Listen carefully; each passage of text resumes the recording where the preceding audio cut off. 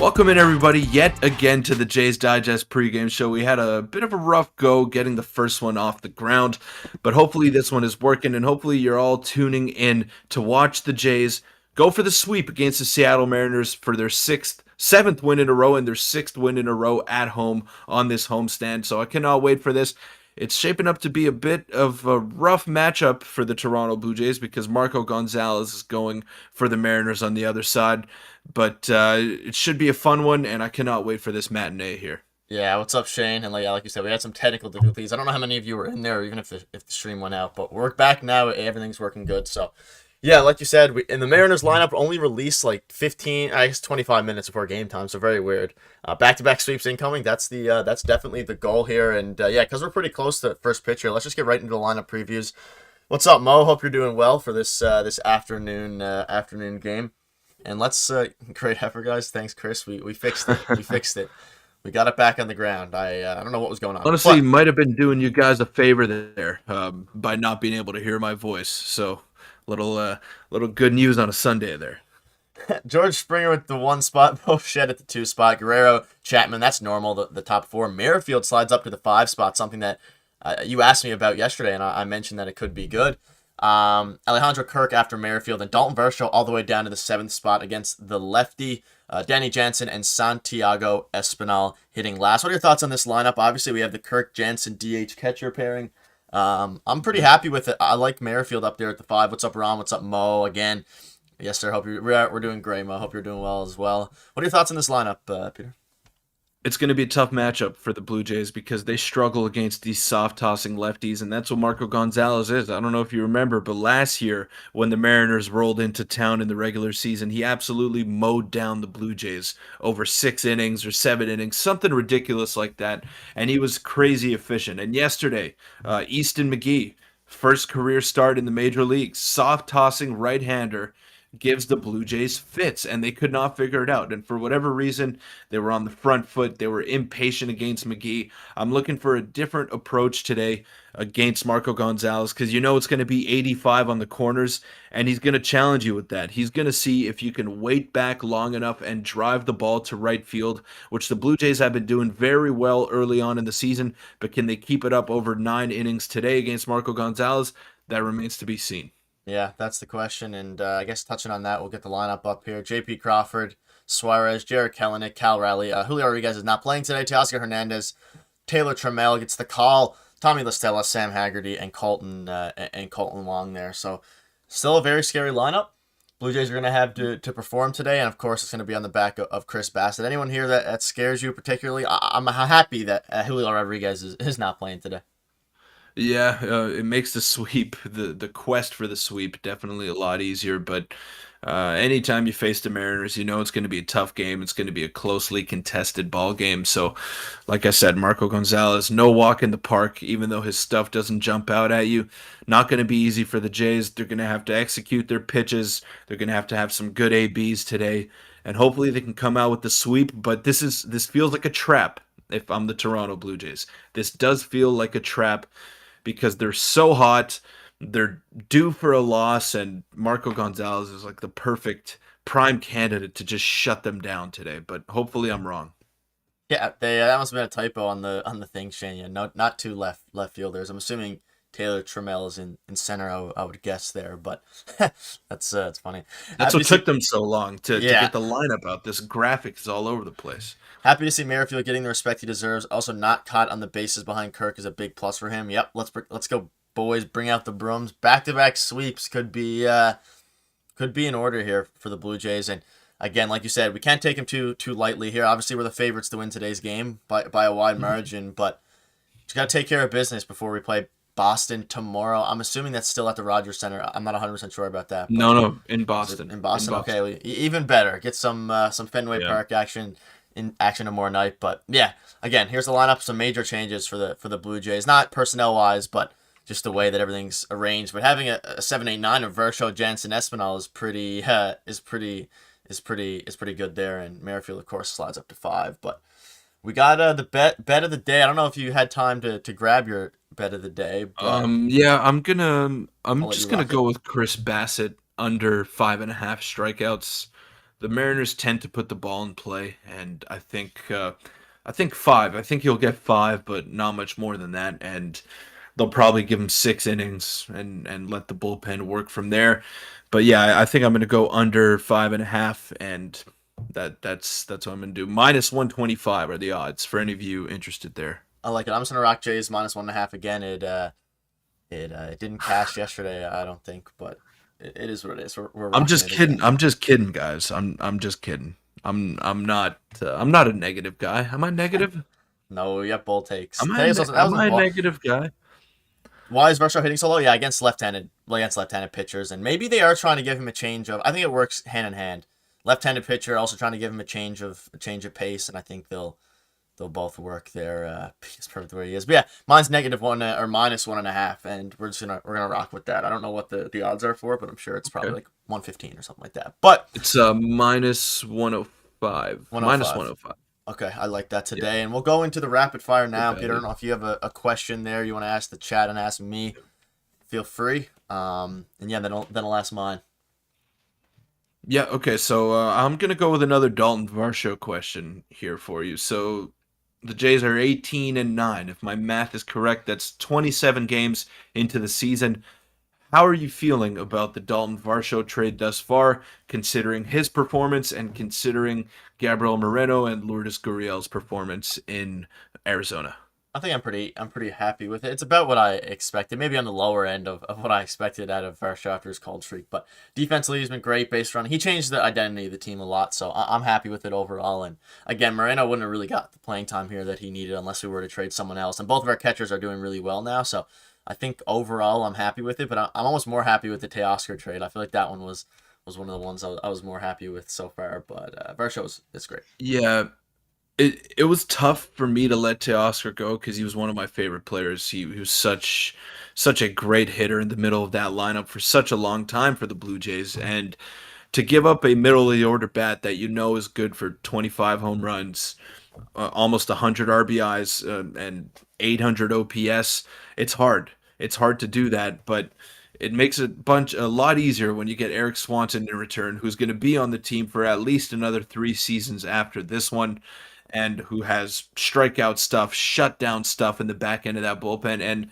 is honestly shaping up to be he might be the best reliever on this team. And no disrespect to Jordan Romano, Eric Swanson is just that good and that dominant so far. And last year he was even more dominant. So hopefully he can just keep that up over the course of his Blue Jays tenure. Yeah, no, I agree. Ron saying Varsho soon become a core son of this era. It's entirely possible he becomes a part of the core as much as anyone else within a year. Yeah, I think he already is because he's. I think his bat's gonna come along. He's still young, so he's gonna be good. Feeling great about the Varsho trade. He's not performing Yeah. with the bat. That should be expected. Yeah, he'll be fine. I like it a lot. And the Swanson thing, I agree. He's our best reliever right now.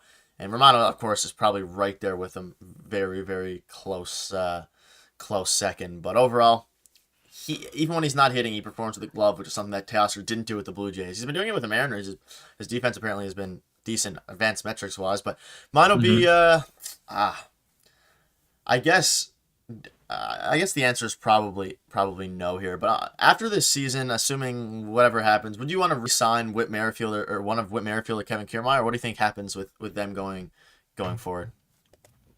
I would definitely try to keep Kevin Kiermaier. I don't know if Whit Merrifield is someone that you want to extend long term. He is 34 years old. Kiermaier's 32, but he does play a premium position and he doesn't seem to be slowing down anytime soon. So if Kiermaier wants to come back on maybe a 1 or 2 year deal, then I would definitely re-sign him. But Whit Merrifield, his I don't look at advanced metrics when evaluating second baseman because it's not really a power hitting position, and you just want someone that's going to get on base and run the base as well, and that's what Whit Merrifield does. So but I don't think I want to re-sign him just for the simple fact that Addison Barger is waiting in the wings in the minor leagues, and he's got a lot more potential than Witt does at this stage in his career.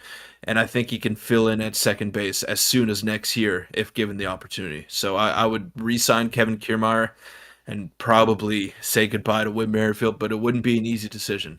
Yeah, I think I tend to agree. I also think that yeah, Kevin Kiermaier's younger, so I think that's kind of. I think they want to re-sign him too. I feel like he fits the culture a lot. Obviously, Witt seems solid too, but we don't have as many outfield Yeah. prospects at all. At all. Make sure to hit the like button around the. Let's get to 20 likes today. Shout out everyone in here. If you're new, hit the subscribe button, like button. Daily J's content. Kiermaier won at least 3, maybe, or for 5 years, given his health history. I don't know about 5. I don't know if any team's giving Kiermaier That I 5 wouldn't years. do.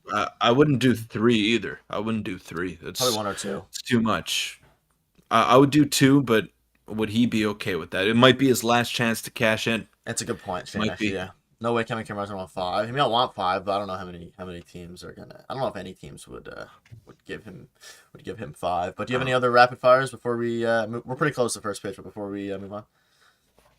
No, let's move on. Let's move on. We got a bit of a late start today. The audio isn't working, so we'll get into the bold predictions here. Sure. My bold prediction. I'll pop up the lineup. I don't know, man. I don't know. I think I think Marco Gonzalez goes 6 scoreless innings. I don't know why. I just have that feeling today. This feels like a scheduled loss for the Blue Jays. No Julio Rodriguez in the lineup. Soft tossing lefty that should get crushed. And I just have a bad feeling about this one. But they're due for a loss. You can't win all There's 160 no games such and thing. No such thing. I think the Merrifield's gonna hit a home what? run. That's my hot take. I don't think they're due for a loss. I You think they're think on a so? hot streak. I think I they're don't on a know. hot streak. Well, they're on a hot streak, yeah, but I mean, yeah, if this they has lose, all the they're good. makings of them just like I It's don't know, possible. falling flat. They could Yeah, have lost yesterday. They probably should have lost they yesterday, definitely should have lost yesterday. and they ended up squeaking that out. So law of averages, I have a bad feeling about today. I usually go with the Jays bold prediction, but I'm going to go with Marco Gonzalez shutting them down today. I hope I'm wrong. I hope I'm wrong yet again. I Could be the hope we reverse jinx. I hope we score in the first inning to break your bold prediction there. To break your bold prediction. But I'm gonna go Merrifield home run and Varsho it's a home run. He's obviously playing in center today with no Kevin Kiermaier in the lineup. Everyone wants the longest contract possible. Yeah. If we're losing Chapman, no Berger to take over second. Yeah, it depends on where they there's a lot of things. I don't think they're gonna let everyone go. I think they'll try to retain some of them. Not with a guy like Kevin Kiermaier. He also plays super hard, injury prone. Chapman, what's up, Rico? Yeah, I think anyone else have any bold predictions? 5-3 Toronto is Kyle's score prediction. Why are we talking KK extension? Boris, I just asked the question about if you would want to sign Whit Merrifield or Kevin Kiermaier. I guess you could. Yeah, I could have asked it as if who you'd rather re-sign, which the answer was Kevin Kiermaier for both of us. I think though Witt is definitely a good player as well. I think he has a couple more years in him. I think he does. I think so too, but he doesn't hit the ball exceptionally hard, and he relies a lot on his speed and his contact ability, and those things go when you get on the wrong side of 30. So uh, I don't know. I don't think he'll age as well as Kevin Kiermaier will within the next couple of years. So that's why I'd lean towards a KK extension as opposed to Whit Merrifield. I like Enrico saying Bichette hits for the cycle today.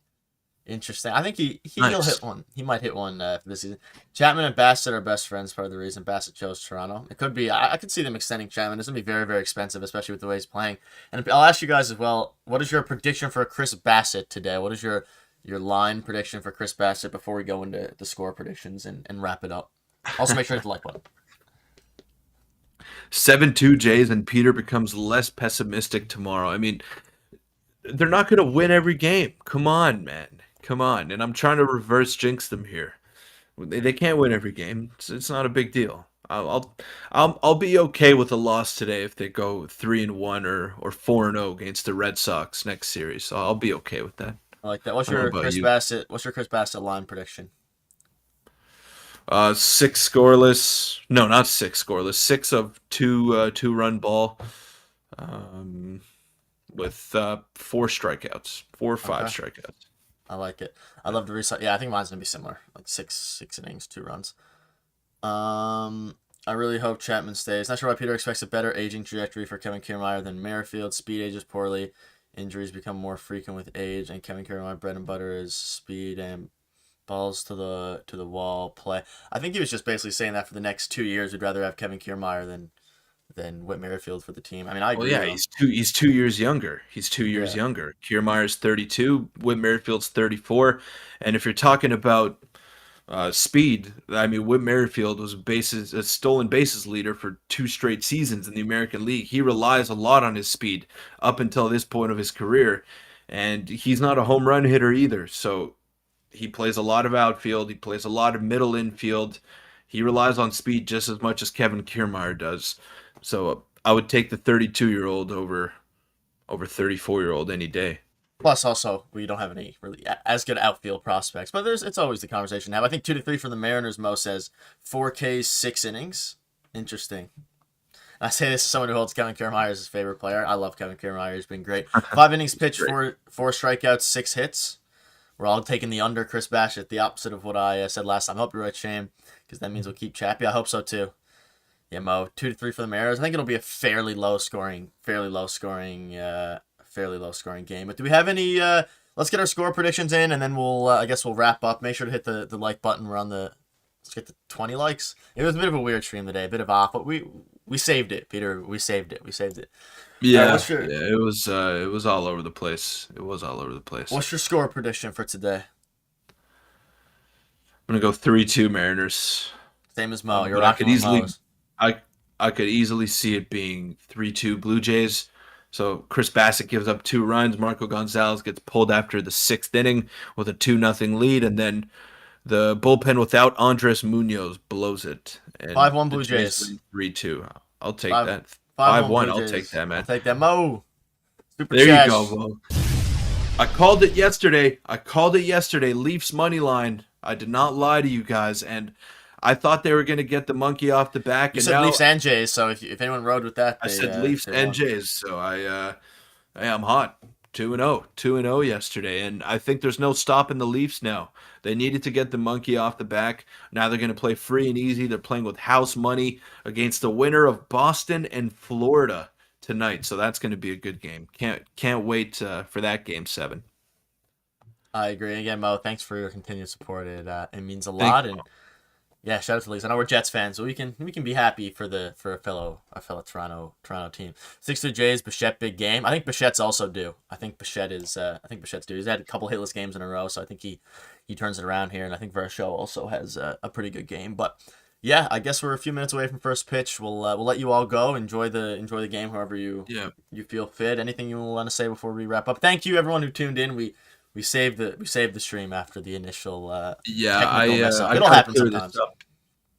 I got to clear this up here by Boris. I'm not a Leafs fan, so I was I'm also just not. simply I'm also not a rooting Leafs for fan. them. I'm not a Leafs fan. I'm a Habs fan, so I was rooting for the Leafs, and my girlfriend is a Leafs fan. She's from Toronto, so I guess I am an honorary Leafs fan for this playoff. I do have them going to the Cup final against Edmonton. I do hope that Boston wins tonight, though, because I want to see a Leafs Bruins series in the second round. So it's been a good playoff hockey start so far, and hopefully the Jays can keep it going. It's been good for Toronto. Good for Toronto sports. Yeah, good Jays for are Toronto. rolling, and hopefully Leafs win. Hopefully the Jays win today. 2 sweeps in a row. We'll have a post-game video right after the game, hopefully celebrating the second sweep in the row. If you haven't seen our video from earlier today, go check that out as well. It was about an hour and a half ago. I dropped that one.